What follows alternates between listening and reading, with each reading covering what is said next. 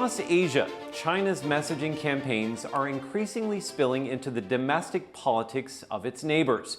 In Japan, Prime Minister Takaichi Sanae faced a wave of online aggression after she said that a Chinese attack on Taiwan would trigger a military response from Japan. China's envoy to Osaka responded online, saying that if Japan dares intervene in the Taiwan issue, China would not hesitate to, quote, cut off the filthy neck that sticks itself in, unquote. That message has since been deleted. So the key question now, is the Chinese propaganda playbook working? With me in the studio is Summer Chen, founder of Taiwan-based fact-checking organization FactLink. Also joining from Manila is journalist Regine Cabato. Thank you both for joining us.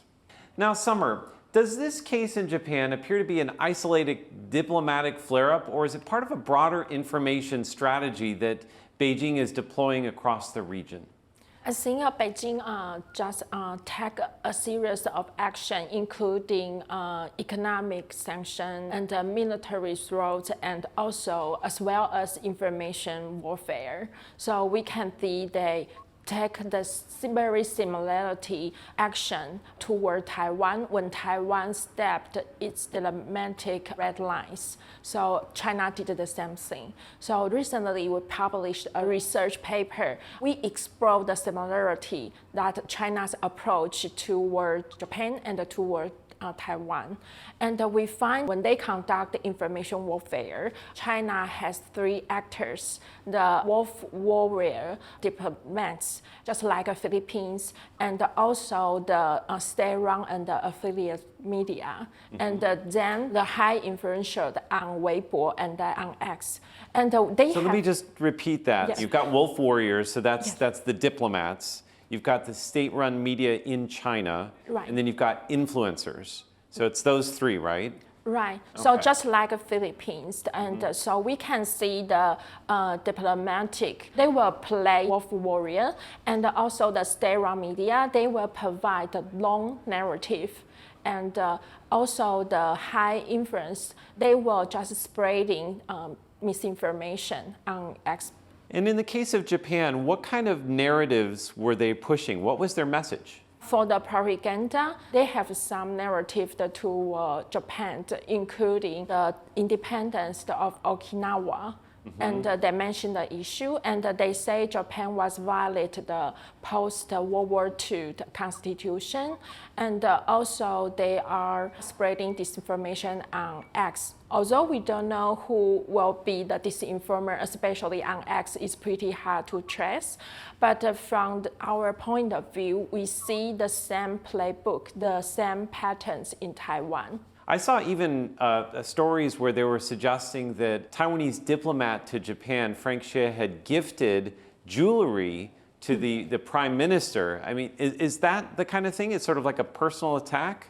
I think the tactic is the same as Taiwan, what Taiwan happened in many cases. They place a fake document on dark web, and then it's try to trigger the mainstream media, follow the news. However, we do the debunking. The Taiwanese fact checkers do the debunking. So the mainstream media didn't follow the news. They follow the fact checks. It's not necessarily influencers that are helping push the message. It's actually the media that sometimes is picking up these stories of misinformation and then suggesting that it's actually news. Yes, especially in Taiwan, because Taiwan media are always following some hot topic from social media, from Thread or from Facebook, from Instagram, from PTT. So that's why the disinformer, they will place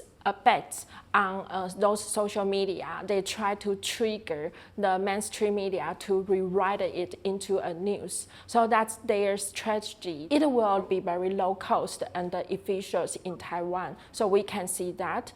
But also we find there is a very interesting difference. Taiwanese people has a very high awareness of media literacy.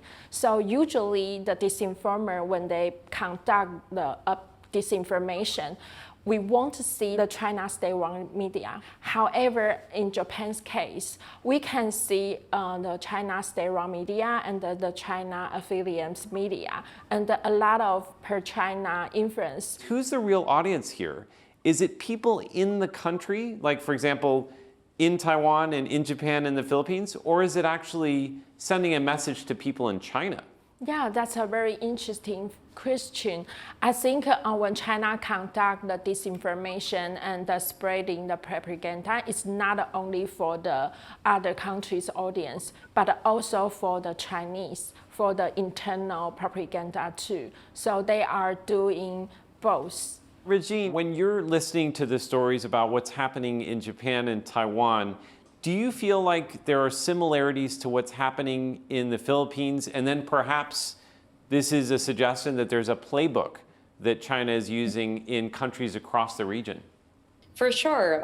The influencer case, for example, in Taiwan is also very interesting to me. Of course, I'm not an expert on it, but it's quite similar in that there are sometimes influencers or social media personalities who have content that benefits Beijing. I think that China has kind of, or not just China, but influence operations in general, right? Foreign interference and all sorts of malign influence.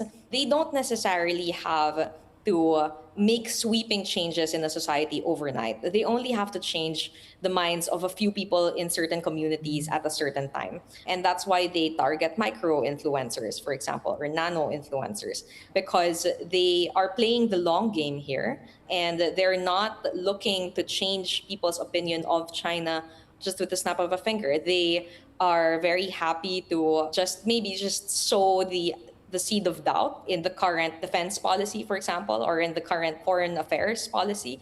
And it doesn't matter if people trust China just yet, because they can trust China tomorrow.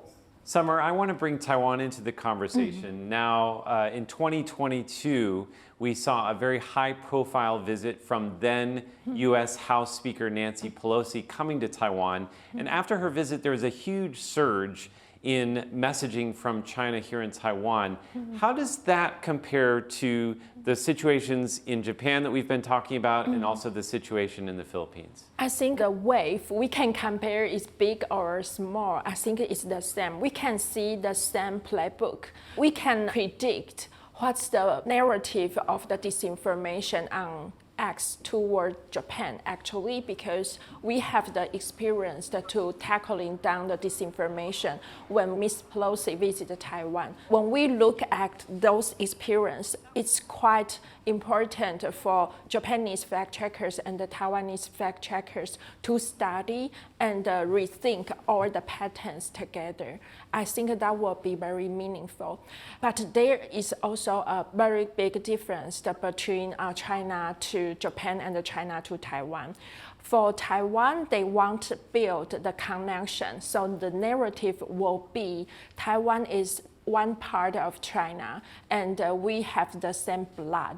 But to Japan, they will say that Japan is reviving militarists after World War II. So they were spreading not only the propaganda, but also the more disinformation and the more emotional footage to say Taiwan was colonized by Japan and the Philippines was colonized by Japan. So you need to remember the history. So you need to make choice. The big question, I think, for both of you is, are these messaging strategies working? From the broad strokes view, not just yet, if you look at public polling.